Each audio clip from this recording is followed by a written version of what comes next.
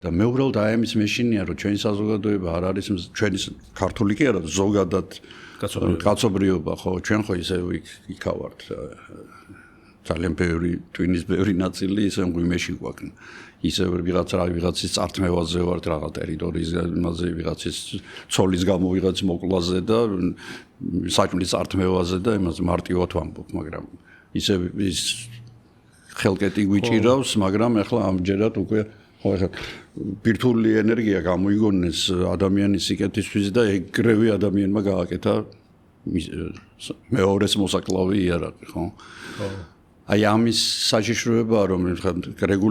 რეგულაციებად არსებობს რეგულაციები თქვა და რაღაცა ჩამოიწერება და კიდევ უფრო გამკაცრდება მაგრამ არიან ქვეყნები რომლებსაც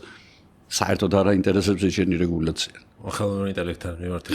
ინტელექტთან მიმართებაში ხო ეს ძლიერი იარაღია საკმაოდ ძლიერი იარაღია პროპაგანდისთვის იქნება ეს რა ვიცი ისეთ სიტყვებს ჩამიდებენ მე ვიღაც არ მოვადგენ მაგრამ ნუ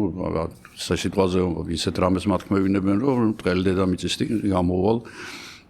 ერთ თვეში ხო კი ძალიან საშიარო და ხალხს ვიტყვი რომ თავზე პოლგა ჩამოინცვან და ისე იარო